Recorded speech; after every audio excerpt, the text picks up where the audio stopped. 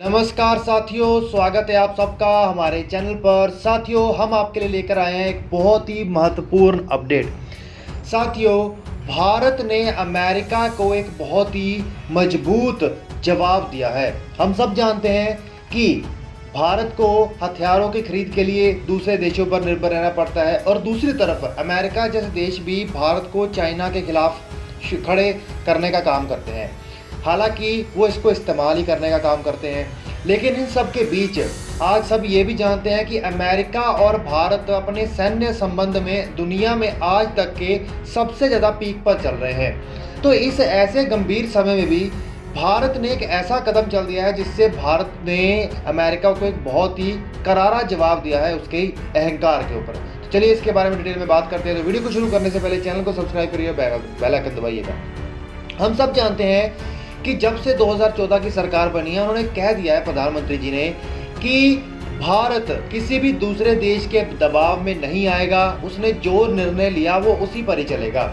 इन सब चीज़ों के चलते भारत ने रशिया के दबाव में भी ना आकर बहुत सारे हथियारों की डील अमेरिका से की और अमेरिका ऐसी चीज़ों का फ़ायदा लेते हुए क्या किया, उन्होंने अपना एक काटसा का सैंक्शन एक्ट पास किया, जिसके चलते कोई भी ऐसा देश जो अमेरिका के दुश्मन देशों से कुछ खरीदेगा तो अमेरिका उन देशों के ऊपर भी सैंक्शन लगाएगा, जिनमें से भारत भी एक है। जिसके चलते भारत की एक बहुत बड़ी सुखोई की फ्लीट या फिर S-400 जैसी डील इसके अंतर्गत आती है।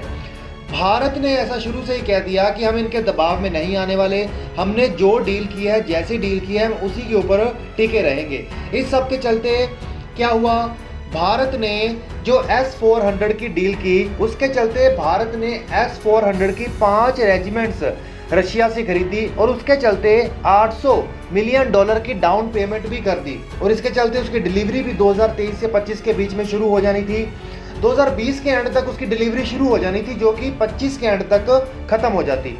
अब अक्टूबर 2020 बहुत नज़दीक आ गया है और अमेरिका ने कहा था कि हम जो भी काटसा के सैंक्शन लगाएंगे किसी भी देश के ऊपर हमारे दुश्मन देश से सामान खरीदने के लिए, हम वो तब लगाएंगे जब वो पेमेंट करेगा। तो भारत तो ऑलरेडी पेमेंट कर चुका है और सैंक्शन अभी तक लगे नहीं है। भारत ने एक बहुत ही ज़्यादा ताकतवर खेल खेला है। असल में अंतर्राष्ट्रीय स्तर पर आपको कोई भी चीज़ खरीदनी है तो आपको उसके लिए डॉलर के माध्यम से खरीद करनी पड़ती थी, लेकिन भारत ने एक बहुत ही बड़ा दांव चलते हुए यूरो में इसकी खरीद की है। जितनी भी काटसा के बचने के लिए, काटसा को बाईपास करने के लिए भारत ने सारी की सारी पेमेंट यूरो में की है। इससे भारत को द्वारा मतलब अमेरिका को एक इतना बड़ा सिग्नल चल गया है कि भारत महाशक्ति डॉलर के दम पर भी बनता था। उसको पता चल गया है कि भारत हमारे डॉलर वाले दबाव में भी नहीं आने वाला और काटसा वाले दबाव में भी नहीं आने वाला। दूसरी तरफ भारत किसी भी तरीके से उनके दबाव में नहीं आ सकता। आप खुद सोचिए, हमारी एयरफोर्स में, हमारी आर्मी में, हमारी नेवी में एक बहुत बड़ा ऐसा डिफेंस का बेड़ा है जो कि रशिया से खरीदा हुआ है। उसे समय समय पर अपग्रेड करना पड़ता है। अपग्रेड करने के लिए भारत को दोबारा रशिया के साथ डील्स करनी पड़ती है, उसे पेमेंट करनी पड़ती है। तो किस प्रकार से भारत अरबों डॉलर के सारे निवेश को छोड़कर एक बिल्कुल नया निवेश किसी दूसरे देश के साथ कर देगा। अमेरिका ने ऑफिशियल से तो साफ कह दिया है कि अगर भारत को खरीद करेगा तो हम काटसा के सैंक्शन के अंदर भारत के ऊपर भी सैंक्शन लगाएंगे।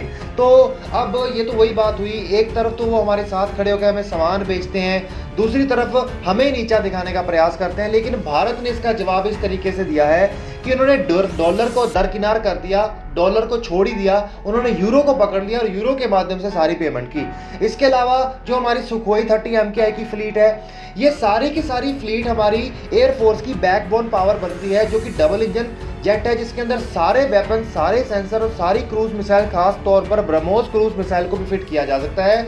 और पिछले काफ़ी लंबे समय से हमारी उस फ्लीट को अपग्रेड करने की जरूरत पड़ रही है और कुछ नए फाइटर जेट्स भी भारत ने खरीद रहे हैं। तो भारत किस प्रकार से रशिया को एकदम से छोड़कर दूसरी तरफ चला जाएगा, क्योंकि हमारा जो एयरफोर्स का सारा इंफ्रास्ट्रक्चर है वो भी रशिया के फाइटर जेट के बेस के हिसाब से बना हुआ है। तो अमेरिका तो ये है कि वो सिर्फ अपने बारे में ही सोचता है, उसको तो ये है कि हमारा काम निकलना चाहिए, कोई कितना भी परेशान हो। लेकिन भारत ने उसको पूरा जवाब दिया है।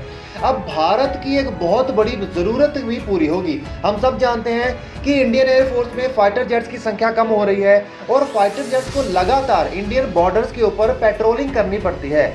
अब जब S-400 की रेजिमेंट्स भारत आ जाएंगी और वो चाइना और पाकिस्तान के बॉर्डर्स के ऊपर डिप्लॉय कर दी जाएंगी, उसकी डिप्लॉयमेंट के बाद भारत के फाइटर जेट्स को लगातार वहाँ पर जो अपनी गश्त है, सर्वेलांस है, वो फाइटर जेट्स के माध्यम से नहीं करनी पड़ेगी।